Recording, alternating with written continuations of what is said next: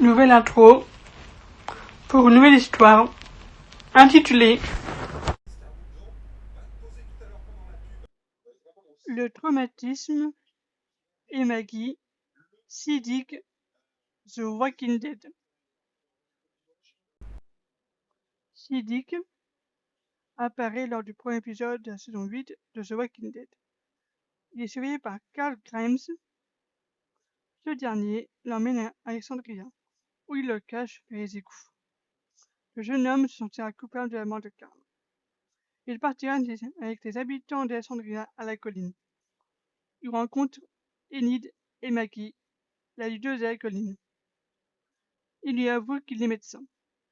Il explique à Rick comment il est mort Carl et sauvera Negan de la mort à la fin de la saison 8.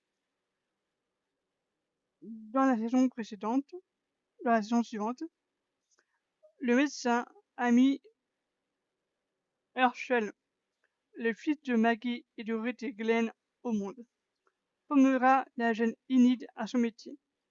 Il mettra au monde Hergé, le fils de Rick et Michonne. Il soigne Yumeko. Siddiq est un membre du conseil d'Alexandria, avec Michonne, Laura, 2 habitants, Aaron et Gabriel. Il accompagne TJ et Michonne à escorter le nouveau groupe composé de Yumeko, Magna, Connie, Kelly et Luke à la colline. Siddiq annonce à Michonne que Maggie est partie de la colline avec son fils pour rejoindre Georgie et que c'est Jésus qui dirige la communauté.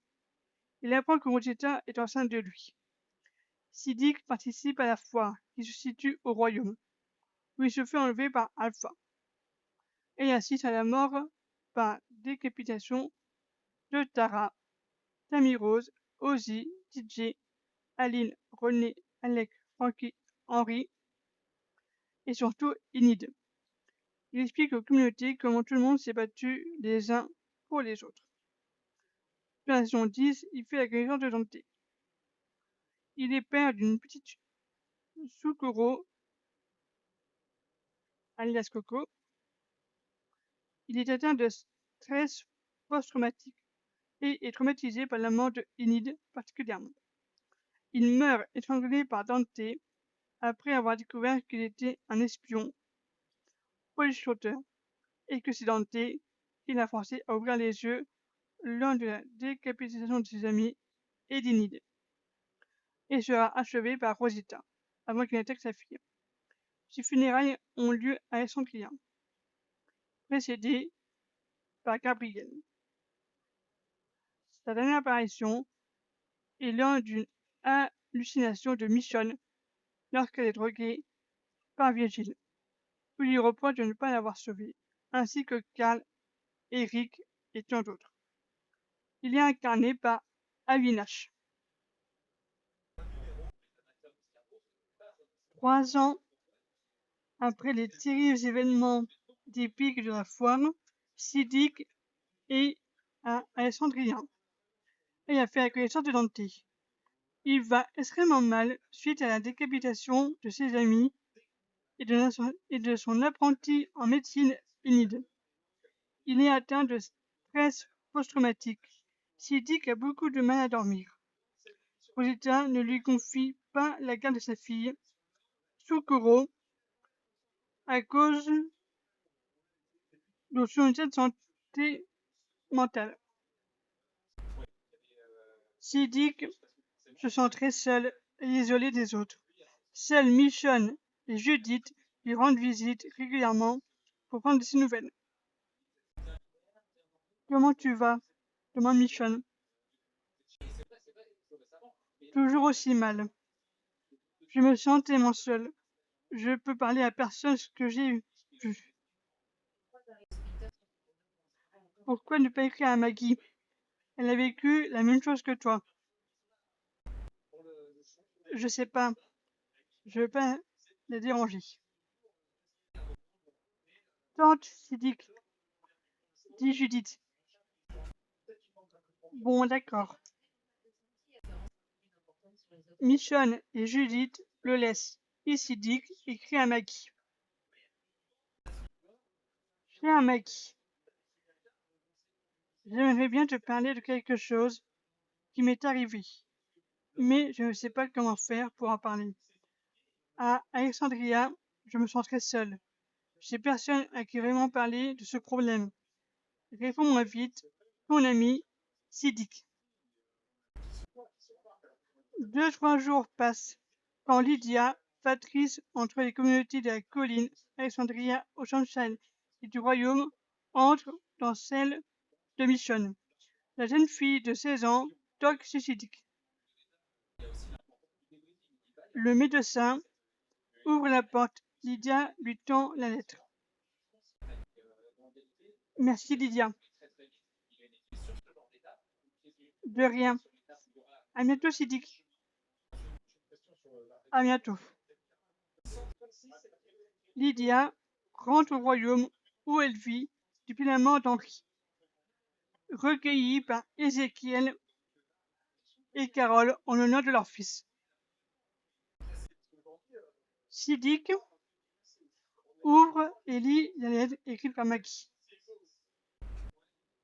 Cher Sidik, pourquoi ne viens-tu pas à la colline en parler? Tu seras plus à l'aise. À plus, ton ami Maggie. Sidik prend quelques bagages et informe Michonne qui envoie Maggie à la colline, ce que cette dernière accepte. Sidik part en direction de la colline en tuant les rôdeurs qui croisent. Au bout de 20 minutes, il arrive au pan de la colline, que Eduardo et Cal ouvrent sur un de leurs leaders. Les portes s'ouvrent. Sidik entre et Maggie le prend en ses bras. Salut Maggie. Salut Sidik. Maggie l'emmène à l'intérieur, où elle dirige sur la communauté, avec son bras droit, Paul revient, alias Jésus. Elle montre une chambre à Sidik. Repose-toi, Sidik. On en parle demain, lui conseille Maggie. Pas de soucis. Merci pour ton accueil. De rien. Sidik passe une très bonne nuit pour la première fois depuis 3 ans. Il sent une odeur dehors délicieuse. En effet, Maggie et Jésus mettent le petit déjeuner sur la table avec Herschel, âgé de 6 ans. On va attendre que Sidik se réveille pour commencer à manger, recommande Maggie. Oui, bien évidemment Maggie, sourit Jésus. Sidik les rejoint et voit sur la table des saucisses, du bacon, des œufs brouillés, des pancakes, des céréales et des œufs plats. Bonjour, dit-il. Bonjour Sidik. Tu as bien dormi? Demande Maggie. Pour la première fois depuis 3 ans, j'ai très bien dormi, répond Sidik. Tant mieux. Bonjour Sidik, dit le petit Herschel. Salut Herschel. Maggie, Herschel, Jésus et Sidik déjeunent. Juste après, Sidik reste dehors prendre l'air. Il se sent beaucoup mieux à la colline qu'à Alexandria. Maggie le rejoint et s'assoit à côté de lui. Alors, tu voulais me dire quoi par rapport à ta lettre? Sidik raconte ce qu'il a subi avec Alpha et la mort de ses amis. Maggie l'écoute attentivement et lui prend la main. Je sais ce que tu as vécu. Je l'ai aussi vécu quand Negan a tué Abraham et Glenn. Je sais ce que tu ressens. Rassure Maggie. Maggie le prend dans ses bras. Sidik se calme. Des années plus tard, Maggie et Siddiq sont en couple. L'institut de la colline a aidé le docteur à aller mieux. Ils ont 2 enfants, un garçon nommé Glenn et une fille, Bess. Siddiq peut voir sa fille Socorro une semaine sur 2. Merci d'avoir regardé cette vidéo sur The Walking Dead et sur Siddiq. La prochaine vidéo, ce sera sur le YouTuber FoyoJumper. Juste après, il y aura 3 histoires The Walking Dead avec Glenn, Maggie et Abraham. Je vous en dis pas plus. Et merci pour les 108 abonnés sur la chaîne. Ça fait plaisir.